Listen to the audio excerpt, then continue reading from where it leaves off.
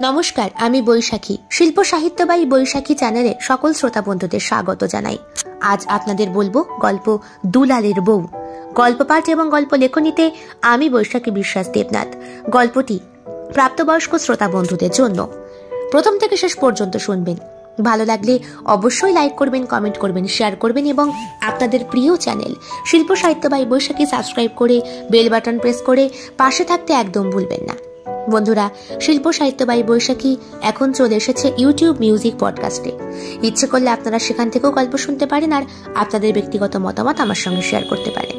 আজ আপনাদের বলবো গল্প দুলালের বউ। গল্প পাঠ এবং গল্প লেখনীতে আমি বৈশাখী বিশ্বাস দেবনাথ। গল্পটি প্রাপ্তবয়স্ক এবং প্রাপ্তমনস্ক শ্রোতা বন্ধুদের জন্য। বৌদি, মাছ কাটতে বসছো নি? হয় আইসে, আবার আইসে। ভগবান, কেন যে বারবার আসে? গো বইসি, কেন কিছু কবা? না, কইতেছিলাম তোমার ঘরে একটু লবণ হইবে, একটু চিনি আর একটু সরষের তেল। হ্যাঁ, জানতাম এমনই কইবে।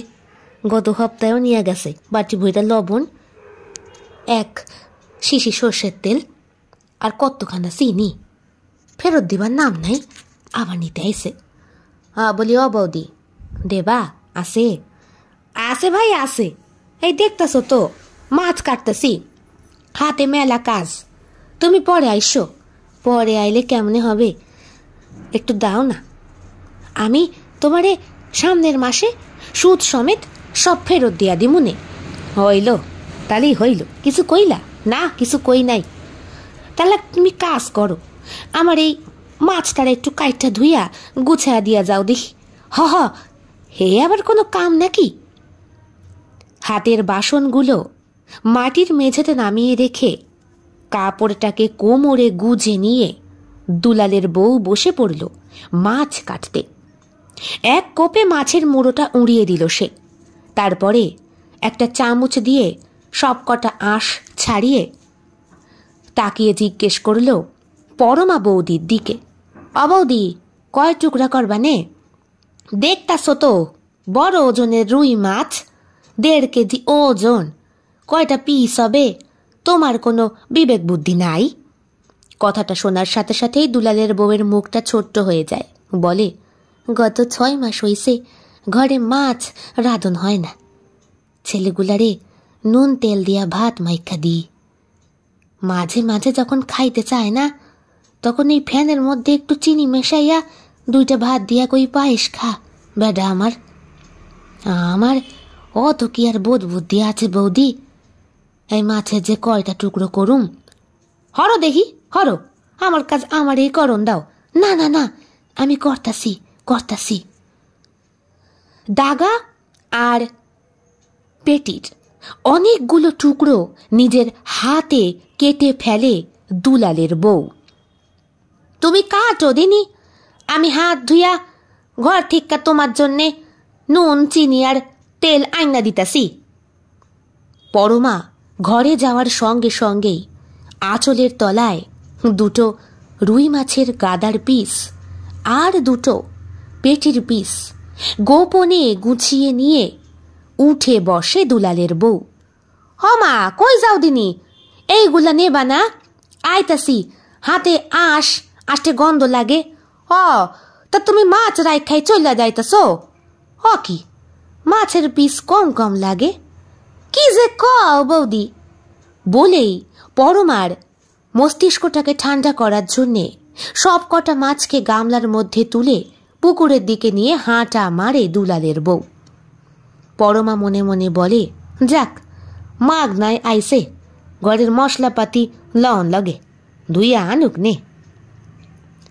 প্রায় মিনিট 7 পরে সব কটা মাছের মাথার কানকো সহ পরিষ্কার ঝকঝকে করে ধুয়ে এনে দুলালের বউ বলে, নাও দেখি বৌদি, জল 4টা খাইতে পারবা এমন ধোয়া ধুইছি। দেখতেই পাইতাছি। নাও তোমার লগে। একই, তোমার শাড়ির আঁচলে রক্তের দাগ দগদগ করে কেন? কি আছে দেখি ওইখানে? কিছু নাই বৌদি, ওই মাছ কাটন লাগে ছিটটা আইছিল। তাড়াতাড়ি নিজের সামগ্রীগুলো নিয়ে ঘরের দিকে দৌড় লাগায় দুলালের বউ। আর বেশ খানিকটা পথ যেতে যেতেই কোচল থেকে এক টুকরো মাছ মাটিতে পড়ে যায়।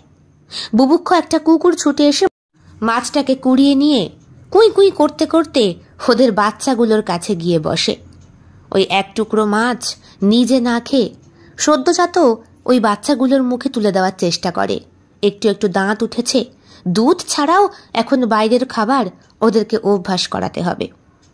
দুলালের বউ ঘরে ফিরে আসে। এ কি, আর একটা মাছ বলে দূরে তাকিয়ে দেখে কুকুরটা ওর বাচ্চাগুলোকে মাছ খাওয়াচ্ছে।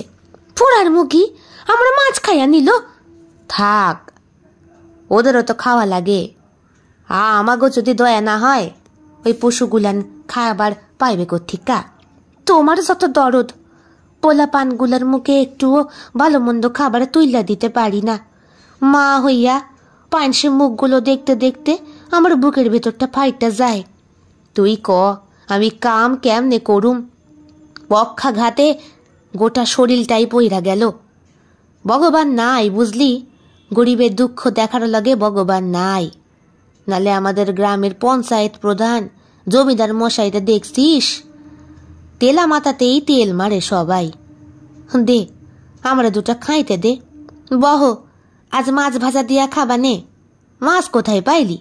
ওই যে পরমা বৌদির ঘরকে গিয়াছিলাম আমি, দুইটা নুন, একটু তেল আর একটু চিনির লগে। একটা মাছ কাটতে বসছিল বৌদি। আমি কইলাম, তুমি হরো, আমি কাটটা দি। এই কইয়া সেই ফাঁকে দেখিস বউ, কোন দিন এই জন্য কেলান না খাই আসিস। তোমার জন্যে আমি অনেক কিছুই করতে পারি গো, বলে দুলালের বউ। গৌড় বরেনা ফর্সা শরীরটা করে কম্মে খেতে খেতে কেমন যেন গায়ের রং নষ্ট হয়ে গেছে। টানা টানা পটল ছেঁড়া চোখ দুটোর তলায় এখন কালি পড়েছে। ডাগর ডাগর সুন্দর চেহারা বিনা খাওয়ায় কেমন যেন শুকিয়ে কাঠ হয়ে যাওয়ার কথা, অথচ শরীরের ওই সব থেকে মাংসের তালযুক্ত যে অংশটা, সেটা যেন দিন দিন আরো বেশি ফুলে ফেপে উঠছে। দিন আনতে দিন ফুরোয় এই সংসারে দুটো সন্তানের মা আসে। দ্বিতীয় বাচ্চাটা হওয়ার পরপরই পক্ষাঘাতে হঠাৎ শরীরটা পড়ে যায় দুলালের। সেই থেকে এই গোটা সংসারটাকে নিজেই সামলায়। শ্বশুর শাশুড়ি দুইজনেই ছিলেন, না খেতে পেয়ে মারা গেছেন অনাহারে। বড় ছেলেটার বয়স 5, ছোটটার বয়স 3। মাঝে মাঝে গা পাক দিয়ে বমি হয়। ভয় হয় দুলালের বউয়ের। পক্ষাঘাতে বাদিকের অঙ্গ পড়ে গেলে কি হবে? দুলালের শরীরটা যে এখনো মরে যায়নি। মাঝে মাঝে বউটা বলে ওঠে, আমার আর ছেলে বিয়নোর কোনো শখ নেই বাবু, এবার ক্ষমা দাও। একেই দুটিরে খাওয়াতে পারি না, তার ওপরে তোমার শরীরের এই জ্বালা। অমন কথা কইলে কি চলে? হ্যাঁ চলে, অমন কথা কইলে চলে। ভরণ পোষণের ভার নিয়ে আমাকে বাড়ির বউ করে আনলা, খাওয়াতেই পারো না। অমন কথা বলে আমাকে আঘাত দিস নে বউ। আমি জানি তোমার দুঃখ হয়, কষ্ট হয়, খাওন দিতে পারো না, দুটো ভাত রান্না করতে পারি না, ছাওয়ালগুলা মুখের দিকে তাকায়া থাকে। তবে সত্য কথা কি কখনো চাপা থাকে কও? সবাই আমারে কয় আমি নাকি তোমারে খাইছি, খায়া খায়া তোমার শরীরের এই হাল করছি। সত্যি কইরা কও তো, আমার শরীরের কখনো কোনো কামড় আছে কি? যে কয় তার মুখে মুতি আমি, বলে ওঠে দুলাল। রাত্রেবেলা গরম ভাত রান্না হয়। সারাদিন না খেয়ে থাকার পরে এর বাড়ি ওর বাড়ি ঘোরাঘুরি করে দুটো চালের সন্ধান করতে পেরেছে বউটা। সকালবেলা দুলাল যখন বলেছিল ভাত দিতে, তখন হাঁড়ি খুলে দেখে এতটুকু অন্ন সেখানে নেই। মাটির হাঁড়ির তলায় 2-1টা চালের দানা। জল খেয়ে পেটে ঠাঁসি মেরে বসে থেকেছিল সব কটা পরিবারের সদস্য। তারপর দুপুরান্তেই আবার সেই পরমা বৌদির বাড়ি। বৌদির ভাই ফরমাস খেটে এঁটো বাসন কোসন ধুয়ে ঘর মুছে দুটো চালের জোগাড় করতে পেরেছে। পরমা বলে দিয়েছে, শোন, এরপরে সুদ সমেত আমার সব জিনিস আগে ফেরত দিবি, তারপরে নেবার পারে লাগবি, বুঝলি? নাহলে তোর মতো মেয়ে মানুষের মুখ আমি দেখতে চাই না। সকালবেলা আমার মাছ চুরি করে নিয়ে গিয়েছিলি, আমি মাছের মুড়ো সহ লেজ পর্যন্ত পিসগুলো সাজিয়ে সাজিয়ে দেখেছি। সেখান থেকে অনেকগুলো পিস আমি হিসাবে মেলাতে পারিনি কো। তোকে আমি আর মাছ করতে দেব নে। অমন কথা কইও না বৌদি, 6 মাস একটু মাছ তুলে দিতে পারি না ছাওয়ালগুলার মুখে, তাই লোভ সামলাতে ভাতারের খাওয়ানোর ক্ষমতা নাই। তোমার জিবা তো নক নক করে কেন খাওয়ানোর লাগে? চোখে জল চলে এসেছিল দুলালের বউয়ের। ভাতারে ঘরের বউ সে ঠিকই, কিন্তু সেই ঘরের মেয়ে সে নয়। এক সময় ফেলে ছুঁড়ে খাওয়া ওদের অভ্যেস ছিল। মনে পড়ে সেই ছোট্টবেলার কথা। বাবা টাকা পয়সার দিক থেকে মাকে কখনোই কিচ্ছু বলতো না। মা যেমন করে খুশি সংসারটাকে পরিচালনা করত। কি ছিল না ওদের? ধান চালের ব্যবসা, বড় বড় গোয়াল ভরা বিভিন্ন রকমের পশু। সেখানে গরু, ছাগল, মোষ তো ছিলই, আর ঘোড়াও ছিল আস্তা বলে।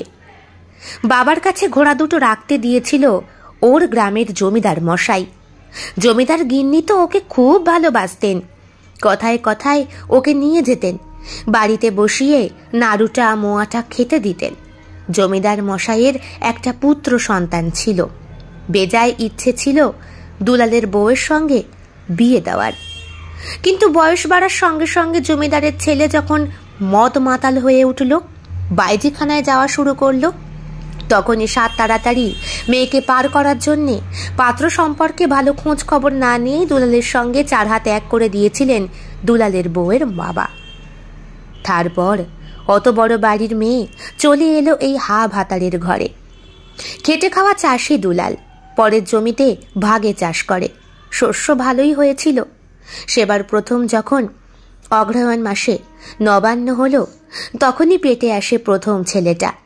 2 বছর পরে আবার যখন বমি শুরু হয়, তখনই হঠাৎ করে পক্ষাঘাতে যেই ছেলেটা ভূমিষ্ঠ হলো, সঙ্গে সঙ্গে দুলালও কাজকর্ম থেকে নিজেকে পুরোপুরি তুলে নিল।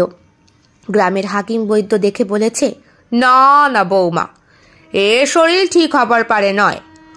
যদি কেউ কখনো অঙ্গ দান করে তো। অঙ্গ দান? হ্যাঁ, আবার কি? অঙ্গ মানে ওইসব শাস্ত্রে সম্ভব, বাস্তবে না, বলেন পাশে বসে থাকা পণ্ডিত মশাই। ওগুলো যারা ওই কালা জাদু ফাদু করে তারা করতে পারে, একজনের শরীর দিয়ে আরেকজনের শরীর নেওয়া। ও আবার কি করে হবে বাবা? হয় হয়, সবই হয়।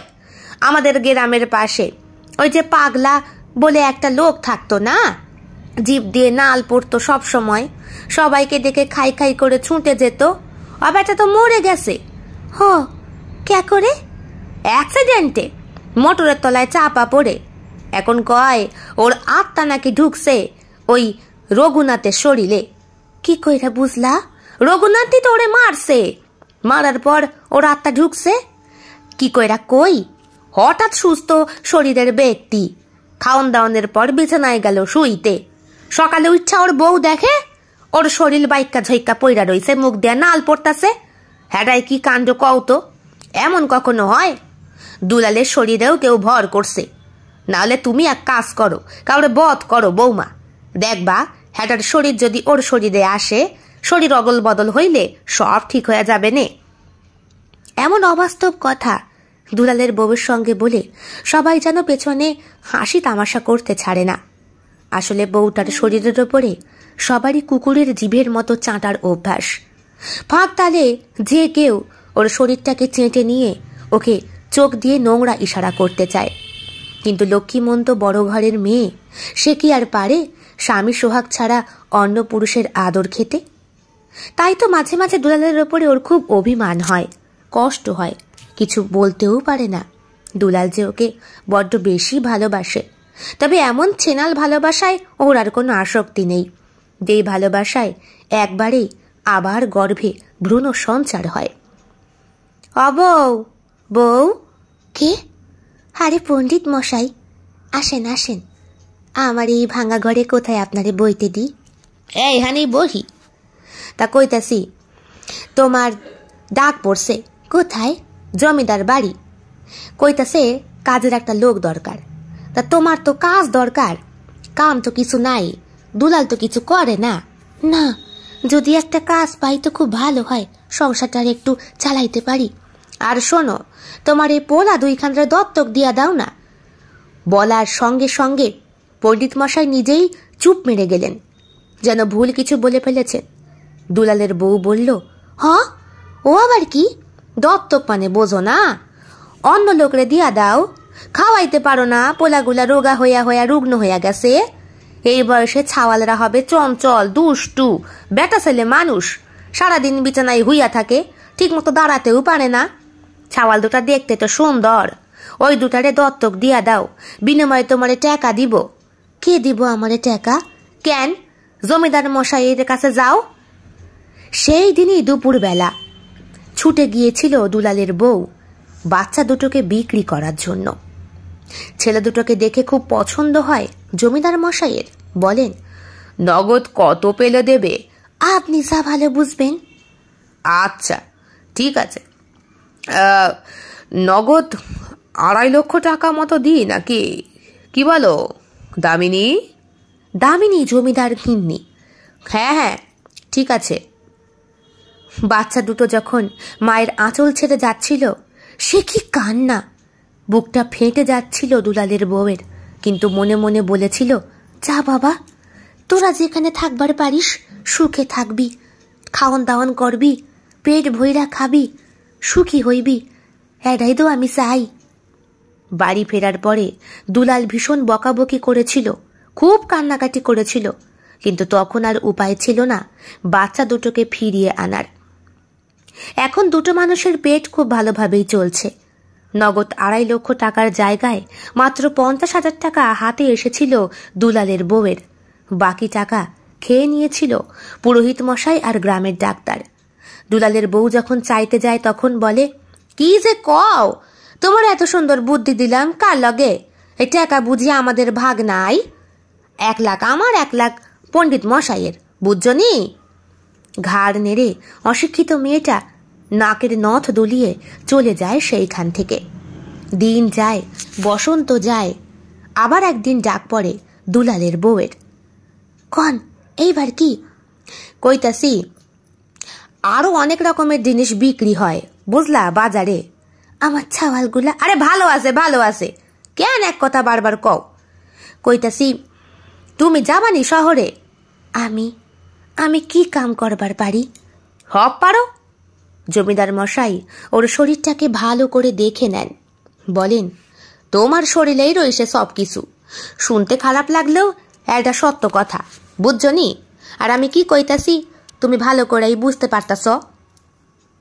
ঘাড় নেড়ে মাটি ঘষতে থাকে দুলালের বউ, বলে, আমি পারবনি, ও কাম আমি করতে পারবনি। পেটে ভাত নাই, মাগির দামাক দেখো। বলেন দামিনী। চুপ করো দামিনী, ও যদি রাজি না থাকে তাহলে ওকে জোর করব না। আমি রাজি, কিন্তু আমার বর্দারে কোথায় রাখবো? ও, এই চিন্তা? দুলালকে নিয়ে আবার চিন্তা কিসের? দুলাল আমাদের কাছে থাকবে, ভালো মন্দ খাবে, ওর দেখাশোনা করার জন্যে একটা নার্সের ব্যবস্থা করব। হারাই কি জিনিস? সেবিকা, সেবিকা, বুঝছো নি? সেবিকা, যে ওর দেখভাল করব, ঠিকঠাক ওষুধ খাওয়াবো, চিকিৎসা করাবো। তুমি কি চাও না তোমার ভাদারটা ভালো হইয়া যায়? আমি তো চাই, ওর লগে আমি সব কিছু করবার পারি। আমারে কি করতে হইবে কর্তা? যা করতে হইবে শহরে গিয়া করতে হইবে। এক কাম করো, পরশুদিন তোমারে লইয়া যামু, তুমি রাজি তো? ওখানে কি কাম করতে হইব? বাসন মাজা, কাপড় কাচা, আর কি? এই সব কোনো কাম নাকি? তোমারে দিয়া এমন কাম করামু, তুমি একবারে গেলে একেবারে মাসখানেকের মধ্যে লাখপতি হয়ে যাবা। এমন কাজ আসেনি? আছে তো, শুধু সেই টাকা দুলাল দেখতে পারবে। আমি কেন পারবো না? আরে বাবা, তুমি ইনকাম করবে, সেই মাস মাইনেটা বুঝি দুলালকে পাঠাবে না? তুমি কি চাও না ও ভালো মন্দ খাক? আমি তো চাই, আমি চাই তো। তাহলে এক কাজ করো, আজকে রাতটা ওর সাথে ভালো করে কথা কও, দেখো হ্যাঁ বেটায় কি কয়, হ্যাঁ রাজি কি না। ও রাজি হইব, আমি জানি। আমার কি ছাওয়ালের লগে একটু দেখা হইবে? ছাওয়াল? তোমার ছাওয়াল এইখানে আসেনি? কোথায় গেছে? ওরা তো চলে গেছে সেই ঝাড়খণ্ডে। ঝাড়খণ্ড কোথায়? বহু দূরে, মেলা দূরে। ওইখানে কাম টাম করে। কাম করে মানে? আমারে যে পণ্ডিত মশাই কইল ছাওয়াল দুইটারে দত্তক দিতে, আমি তো তাই দিছি। কেন, ওরে কোনো মা বাবা নেয় নাই? একা একা থাকে, একা একা খাওয়ান দাওয়ান করে বুঝি? জমিদার মশাই চুপ করে তাকিয়ে থাকেন ওর দিকে। বুঝতে পারেন বউটাকে মিথ্যে কথা বলে ওর বাচ্চা দুটোকে বিক্রি করা হয়েছে। সত্যি কথা জানলে এখনই হয়তো কান্নাকাটি করে বসবে, তার বেশি কিছু করতে পারবে না। বাচ্চা দুটোকে নিয়ে শহরে চড়া দামে বিক্রি করা হয়, তারপরে ওদের শরীরটাকে বিকলাঙ্গ করে ভিক্ষা করানো হচ্ছে রাস্তায় রাস্তায়। এই চরম সত্যটা যদি দুলালের বউ জানতে পারে তাহলে হয়তো হিতে বিপরীত হতে পারে, শহরে যেতে রাজি নাও হতে পারে। তাই কলা কুশলী করে দামিনী বলে ওঠে, তোমার ছাওয়াল ভালো আছে। বাপরে বাপ, এত দরদ কেন? আমার পেটে উদো হইছে, কই আমার তো এত দরদ লাগে না। তুমি কেন কথা বলছো? তুমি চুপ করো দিনি, আমার কথা কইতে দাও। কও তোমার কি হয়েছে, কও তো। কিচ্ছু হয় নাই মা ঠাকুরন, আমি কইতাছি আমার ছাওয়ালগুলা ভালো আছে তো? ভালো আছে। তুমি শহরে গিয়া ওদের দেখতে পাইবানে। সত্যি? সত্য। এই যে বাবু কইলেন ঝাড়খণ্ডে আছে, তোমারেও তো এখানেই পাঠাইমু। আশ্বস্ত হয় দুলালের বউ। নাচতে নাচতে বাড়ি এসে দুলালকে কান্নাকাটি করেও রাজি করায়। স্বপ্ন দেখে শহরে যাওয়ার, অনেক টাকা ইনকাম করার। স্বপ্ন দেখে দুলাল ভালো হয়ে গেছে, বাচ্চা দুটো হৃষ্টপুষ্ট হয়েছে, দেখে চেনাই যাচ্ছে না। আর ভাবে ওর বাপের বাড়ির কথা।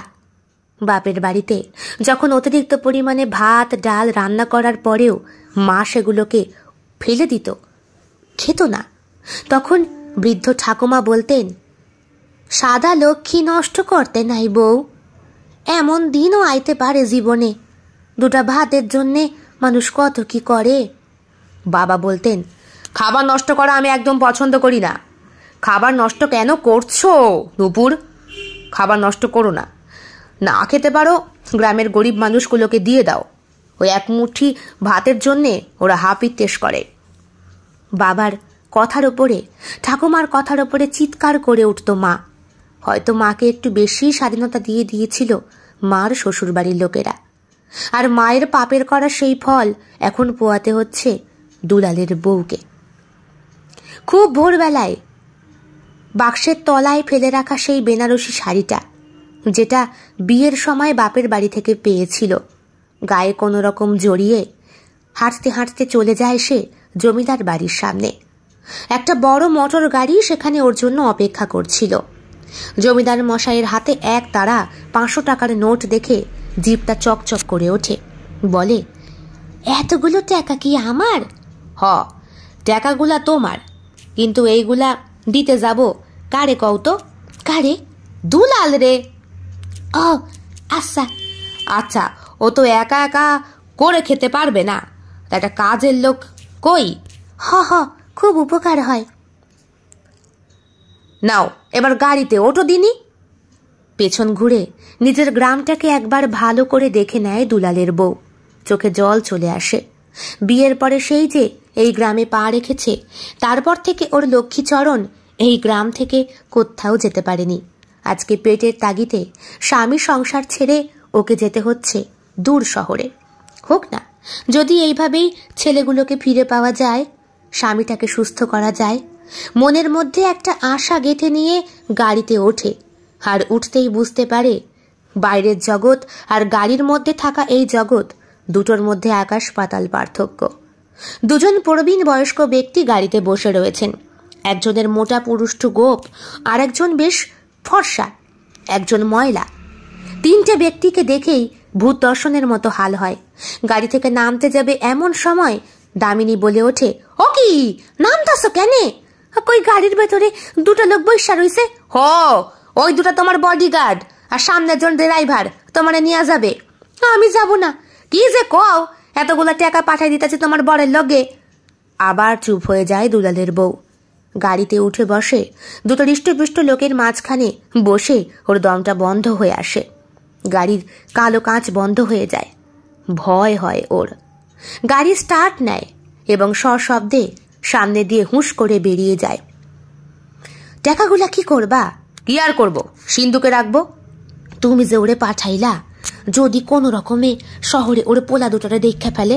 দেখবে দেখবে, ওর ক্ষমতা আছে নাকি এখানে ফিরে আসার? ওসব ফালতু চিন্তা করো না, ঘরে চলো। আর দুলাল, ওই ব্যাটারে আজকে রাতেই বিষ খাইয়ে মেরে ফেলবো। যত আপদ, এই আপদগুলোর জন্যই গ্রামটা কোনোদিন উন্নত হতে পারবে না। তুমি এসব কেন করলা? বউটাতে তো তুমি চিন্তাও না।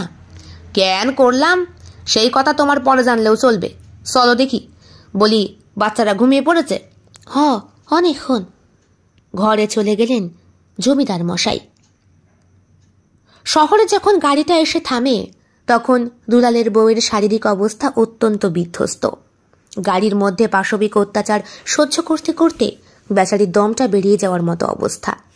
সোনাগাছির সেই নষ্টপল্লীতে এসে গাড়িটা থামল এবং একজন মোটা মানুষ বেরিয়ে এসে ওকে পাঁচা কোলা করে তুলে নিয়ে গেল। তখন দুলালের বউয়ের জ্ঞান আসার মতো অবস্থা ছিল না। 2 দিন পরে যখন জ্ঞান এলো, তখন বুঝতে পারল সে নিষিদ্ধ পল্লীতে এসেছে। গ্রামের একটা অশিক্ষিত জোয়ান মেয়ে, সে কি করতে পারে? জমিদার মশাই তাকে ভাগাড়ে ফেলে দিয়ে গেছে। এখন তার কোনো কিছু বলারও উপায় নেই, প্রতিবাদ করার মতো ভাষাও বুঝিবা ফুরিয়ে গেছে। ঘটনার বছর 3 পর এই পরিবেশে থাকতে থাকতে নিজেকে বেশ মানিয়ে গুছিয়ে নিয়েছে দুলালের বউ। এখন ওর নাম দুলালের বউ নয়, এখন ওর নাম মনিকা সুন্দরী। ওর অপার্থিব সৌন্দর্যের জন্যে কাস্টমারের ভিড় ওর দরজার সামনে লেগেই থাকে। এইখানে এসে প্রথম দিন থেকেই মাসিকে খুশি করে দিয়েছে। মাসে মাসে আলাদা করে একটা মোটা মাসোহারা দেয় মাসিকে, তার সঙ্গে সঙ্গে উপরি তো আছেই। তবুও মায়ের চোখ তো আজও শহরের গলি ঘিঞ্চিতে বাচ্চা দুটোকে খুঁজে বেড়ায়। একদিন এক কাস্টমারের সাথে কাজ মিটিয়ে গাড়ি থেকে নামার পথে হঠাৎ দেখতে পায় দুটো ছেলে, একটা হাত একজনের কাটা, আরেকজনের একটা পা, পেছন ঘুরে দাঁড়িয়ে ফুচকা খাচ্ছে। ফুচকা আলার সেই ফেলে দেওয়া উচ্ছিষ্ট ফুচকাটা খুঁড়িয়ে খাওয়া দেখে বুকের ভেতরটা কেমন যেন কেঁদে ওঠে দুলালের বউ মানে মনিকার। কি তোমরা এখানে কি করো? শহরে থাকার সাথে সাথে মুখের ভাষার পরিবর্তন হয়েছে। এখন রীতিমতো পান খায়, মুখ থেকে মিষ্টি গন্ধ বেরোয়, শরীরে জড়ায় দামি শাড়ি, বেশ কয়েকটা দামি গহনা বাবুদেরই দেওয়া। ছেলে দুটো পিছন ঘুরে দাঁড়িয়ে সেই উচ্ছিষ্ট কুড়িয়ে কুড়িয়ে খাচ্ছে। ফুচকাওয়ালার ফেলে যাওয়া পাতা থেকে হয়তো কোনো কাস্টমার খায়নি সেই টক জল আর ফুচকা। হঠাৎ করে চোখ পড়ে বাচ্চা দুটোর কাটা অংশে। তোমাদের অঙ্গগুলো বুঝি কেটে দিয়েছে কেউ? কাইটা দিছে। আমাকে জোর কইরা ধরে আন না, কাইটা দিছে। শহরে আসতে চাই নাই, মা তারাই দিছে।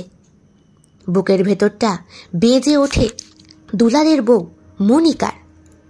বাচ্চা দুটোকে দেখার আর সাহস হয় না ওর। সেই রোগা শীর্ণকায় শরীর, দুটো ছেলেই ফর্সা টুকটুকে হয়েছিল, রোদে পুড়ে অনাহারে কালশিটে বর্ণ হয়ে গেছে। তখনও ছেঁড়া প্যান্ট, এখনো পরনে সেই ছেঁড়া প্যান্ট।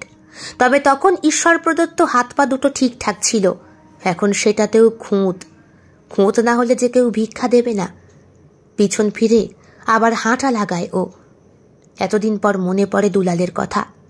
গ্রামে গিয়ে একদিন খোঁজ নিলে হয় না কেমন আছে ওর স্বামীটা। যেমন মনস্থির করা তেমনই রওনা। রাতের ট্রেন ধরেই সোজা চলে যায় সেই গ্রামে। আজ অনেক বছর পর গ্রামের মাটিতে পা দিয়ে নিজেকে কেমন অচেনা অজানা লাগে। রাত করে এসেছে, কারণ দিনের বেলায় আসলে হয়তো সবাই তাড়িয়ে দেবে।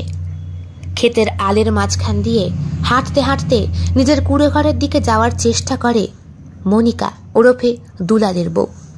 কিন্তু দেখে ওর কুড়ে ঘর সেখানে নেই, রীতিমতো সেখানে একটা কাক তারুয়া দাঁড়িয়ে। ওর শ্বশুরের রেখে যাওয়া ভিটে জমি এখন জমিদার মশাইয়ের ভাগের হয়ে গেছে।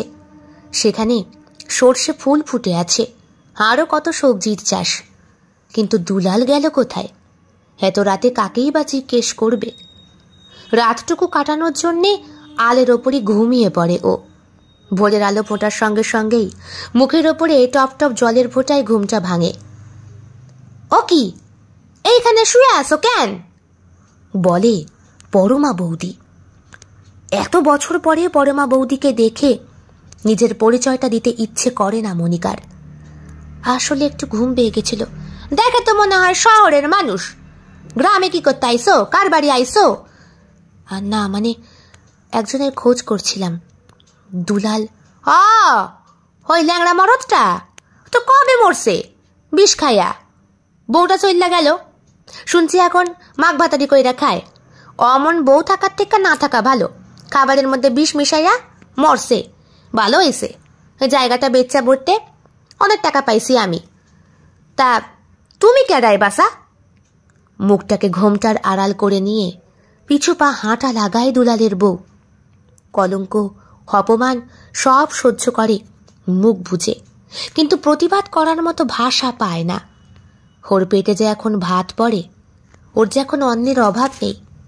বেশ ভালো অবস্থা হয়েছে ওর, কিন্তু ছোটবেলার সেই পাপের ফল দিতে দিতে কেমন যেন ভেতরে ভেতরে ছিঁড়ে ঘুরে শেষ হয়ে যাচ্ছে দুলালের বউ। ওর পা গিয়ে থামে জমিদার বাড়ির সামনে। জমিদার গিন্নি ঠ্যাঙের ওপর ঠ্যাং তুলে হুঁকো খাচ্ছেন। মেয়ে ছেলে মানুষ হয়েও এত বিলাসিতা? মরবি, তুই মরবি, মরণ তোর ঠিক আসবে। বেশ্যা মানুষের অভিশাপ বুঝি এইভাবেই ফলে যায়। রাত্রিবেলা সেই দিন জমিদার মশাই বাড়ি ফিরতে দেরি করলেন। কই গিয়াছিলা? গেছিলাম এক জলসায়। কেন, কিছু কইবা? না, কইতাছি রোজ রোজ রাত কইরা বাড়ি ফেরো। পরমা আইছিল, কইতেছিল তোমার পারে দরকার আছে। সে কোথায়? বসে আছে ওই বৈঠকখানার ঘরে। আচ্ছা, আমি আসছি, তুমি একটু চা নিয়ে এসো। এখন এত রাইতে আবার চা খাবা? কইরা যে খায় আইসো। বলছি তো চা আনতে। বরের মেজাজে ঠকঠক করে কাঁপে দামিনী, কিন্তু অন্য লোকের সামনে তারও মেজাজ রুক্ষ থাকে। চায়ের কাপ নিয়ে যখন সে এসে হাজির হয় দরজার ঠিক দোরগোড়ায়, তখন শুনতে পায়, এমন করলে কি করে হবে পরমা? তুমি সেদিন আমাকে এসে বললে দুলালের বউটা বড্ড বার বেড়েছে। হ্যাঁ, গ্রামের ওর এত সুন্দর একটা বউ থাকতে আমাদের ব্যবসা কি করে লাটে ওঠে বলো? দুদিন আগেও এমন ছিল না। হঠাৎ করে তুমি যদি এসে তোমার পাওনা গন্ডা বেশি চাও তাহলে কি করে হবে? না না কর্তা, তা কইলে হবে না। আমি আপনারে কইছিলাম দুলালের বউয়ের কথা, তাই বলে ওর বাচ্চাগুলারে বিক্রি করতে কই নাই, আর দুলালেরও মারতে কই নাই। আপনি সব করছেন। হ্যাঁ, কথা আমার ব্যাটের মধ্যে রইছে। আজকে ভোরে ঘুম থেকে উঠতে দেখি শহর থেকে এক পাখি আইসা হাজির, খোঁজ করতেছে ওই দুলালের। কোন দিন আমি কোন কেসে ফাঁসতে যামু, তার আগে আমার পাওনা গন্ডা বুঝায় দেন, তাহলে আমি কাউরে কিছু কইব না। কত? নগদ 5 লক্ষ টাকা দিবেন। হজম করতে পারবে তো? পারুম পারুম।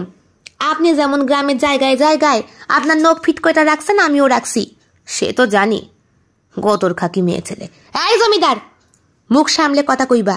আমি খাইটা খাই, গতর দিয়া খাই না। তুমি সালা অমানুষ, বাচ্চা মানুষগুলারে বিক্রি করো, ওদের অঙ্গগুলা কাইটটা নাও, ভিক্ষা করো ওদেরকে দিয়া। তোমরা মানুষ? তেলা মাথায় তেল দিতে দিতেই আমাদের সমাজ শেষ হয়ে গেল। গরিব মানুষগুলো এই জন্য ভাত পায় না, সুবিচার পায় না। বড় এসেছেন আমার বিচার করতে। যাও যাও, যা লাগে আমি দিয়ে দেব। আমিও আপনারে কোনোদিন আর নতুন পাখির খোঁজ দেব না। যা পাপ আমার লাগছে, সেই পাপের কি প্রায়শ্চিত্ত যে আমার করতে হবে আমি জানি না। ঘর থেকে বেরিয়ে যাওয়ার সময় পরমার চোখাচোখি হয় দামিনীর সঙ্গে। দামিনীর চোখ দুটো ওকে জিজ্ঞেস করছে, কি দরকার ছিল অত সুন্দর গরিব মেয়েটার এত বড় সর্বনাশ করার? কি ক্ষতি করেছিল ওদের? হ্যাঁ, আসলে দেশে গরিব মানুষের বেঁচে থাকার কোনো জায়গাই নেই। বাঁচতে হবে বড় লোকদের, তাদের আধিপত্য সর্বোচ্চ বিস্তারিত। গরিব মানুষগুলোও যেন সমাজের এক একটা আবর্জনা, যেখানে সেখানে উচ্ছিষ্টের মতো বাসা বেঁধে রয়েছে। এত কিছু হয়, তাও এরা কেন শেষ হয় না? আর এদেরকে সমূলে বিচ্ছেদ করার জন্যই বোধহয় এরকম শক্তিশালী জমিদার প্রত্যেকটা এলাকায় রয়েছে। শাসনের দম্ভ আর ক্ষমতা নিয়ে তারা দাপিয়ে বেড়াচ্ছে গোটা পৃথিবীটা। আজও আর ভবিষ্যতেও গরিব মানুষের কোনো স্থান হয় না।